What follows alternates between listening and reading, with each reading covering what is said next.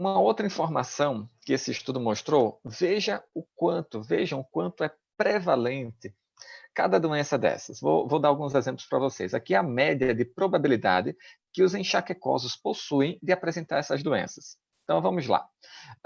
Alergias. Então, um enxaquecoso tem 30% de chance de apresentar, de probabilidade de apresentar alguma alergia. 31% de chance de apresentar depressão, 28% de apresentar ansiedade, 37% de apresentar insônia. Então, se a gente for analisar item a item, a gente vai perceber o quão frequente são essas doenças na vida e no dia a dia do migranoso, enxaquecoso. E o que é que, ainda dentro desse estudo, eles viram? Então, o odds ratio, que é a taxa de probabilidade, né, chance, o risco daquele evento acontecer. E nesse caso aqui, o evento é a cronificação da migrânia. O paciente sair de um estágio de migrânia episódica para o estágio de migrânia crônica no decorrer de um ano, que foi avaliado esse estudo. Então, aquele grupo que tinha muitas comorbidades, eles tiveram uma chance maior que 5 vezes de cronificarem no final de um ano. Em seguida, aqueles que tinham alguma doença respiratória e alguma síndrome dolorosa além da migrânia, tinham uma chance de quase 4 vezes. Associação de doença respiratória mais psiquiátrica, uma chance 2 vezes e meia. E aí vão também outras possibilidades. Apenas psiquiátrica, apenas alguma síndrome dolorosa, apenas alguma doença cardiovascular. Então, a presença de pelo menos algumas dessas doenças já vai predizer ao final do ano que esse paciente tem uma chance elevada de cronificação da sua migrânia.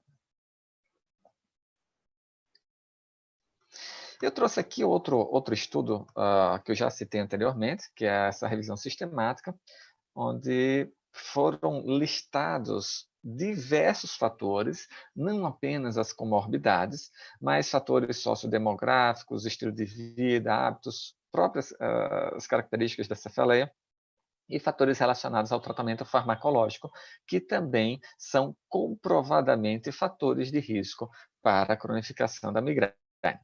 Então, em relação à cafeína, foi feito um estudo caso-controle. Então, eles compararam pessoas que tinham cefaleia crônica diária e tinham cefaleia episódica. E eles investigaram o consumo de cafeína, autorrelatada, né? Então, as pessoas fizeram um relato de quanto de cafeína que eles consumiam, sendo cafeína pela dieta, ou seja, por alguma medicação que normalmente tem analgésicos com combinação de cafeína.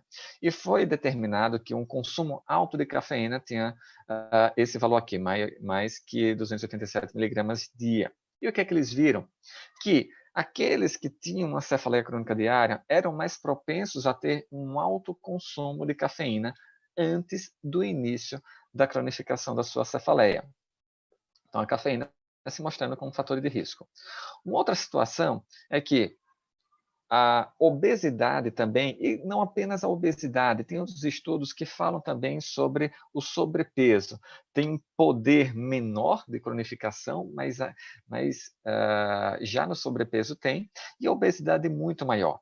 Nós sabemos que obesos eles sofrem com crises mais frequentes e mais intensas de migrânia em relação aos sobrepesos e também em relação aos que possuem um IMC dentro da normalidade, porque aqui a obesidade foi o parâmetro utilizado para a obesidade foi o IMC. Então, pacientes obesos têm um risco maior que 5 vezes de evoluir ao final de um ano para uma cefaleia crônica. E a gente sabe que essas cefaleias, a maior parte é migrânia mesmo. Em relação a eventos de vida, ainda aquele mesmo estudo mostrou que Os casos de pacientes que sofriam com cefaleia crônica diária tiveram mais eventos importantes de vida no ano anterior ou no mesmo ano da cronificação.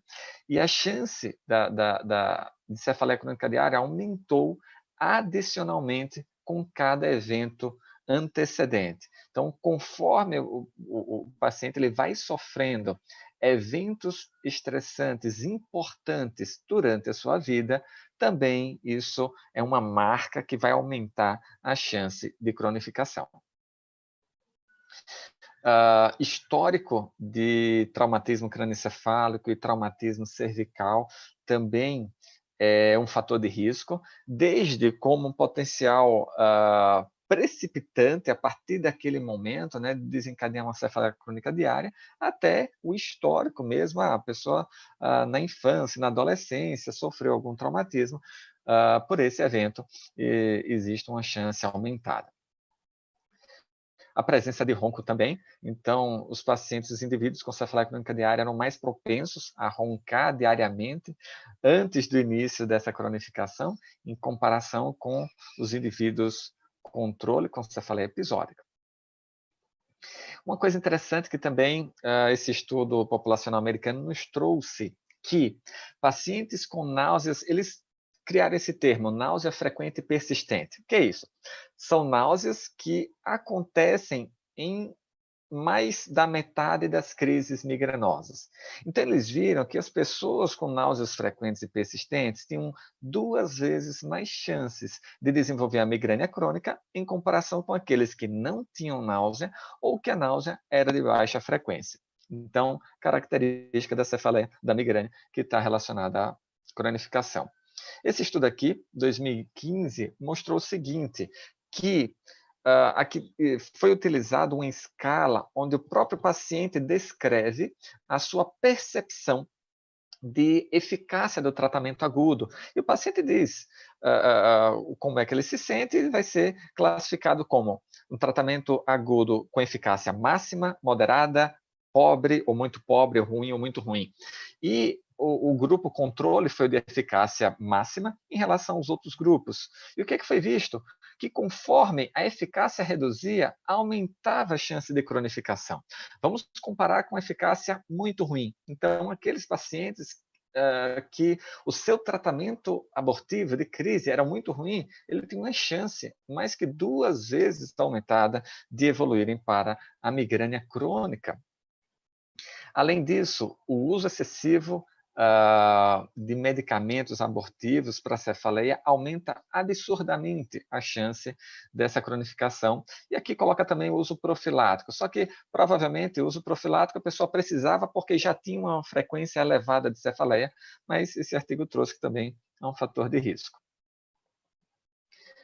A frequência da cefaleia também é um fator de risco que não podemos esquecer. Então, conforme a pessoa tem uma frequência mais elevada, uma cefaleia de baixa frequência, uma cefaleia episódica de baixa frequência, episódica de alta frequência, conforme vai elevando a frequência, a chance de cronificação é elevadíssima. E aí, pessoal, diante de todos esses números, o que é que eu quero trazer para ser refletido nesse momento?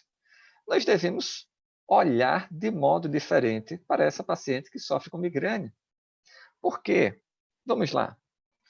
Precisamos entender como é a rotina dessa minha paciente, assim como o seu estilo de vida, e adaptá-los da melhor maneira possível. Sabemos que a mulher, ela tem 4 jornadas, né? Durante o dia, a mulher trabalha fora de casa, a mulher trabalha dentro de casa, a mulher cuida do filho, a mulher faz isso, faz aquilo, e não podemos traçar objetivos irrealistas, surreais para ela. Então, devemos entender como é a sua rotina e fazer o máximo possível para adaptar a um estilo de vida saudável. Uma outra coisa que devemos fazer como alvo para evitar a cronificação dessa nossa paciente é ser agressivo no tratamento. Se a paciente apresenta uma cefaleia com a frequência elevada, se apresenta alodinia, conforme a doutora Eliana apresentou, e se apresenta náuseas persistentes. Eu vejo muito colega fazendo os tratamentos assim, Não, deixa, eu vou prescrever só essa medicação aqui, uma dosinha bem baixinha, deixa ver como é que o paciente vai ficar. Se a gente tem essa noção que ela sofre com diversos fatores de risco para a cronificação, eu não vou colocar uma medicação simplesmente com uma dose baixa e vou aguardar 3, 4 meses para reavaliar a paciente e ver e torcer se ela vai melhorar. Não, eu vou fazer um tratamento mais agressivo. Eu, particularmente, eu sou apoiador da politerapia, trabalho muito com prescrição de diversas medicações de maneira associada para poder promover um controle rápido e eficaz dessa paciente.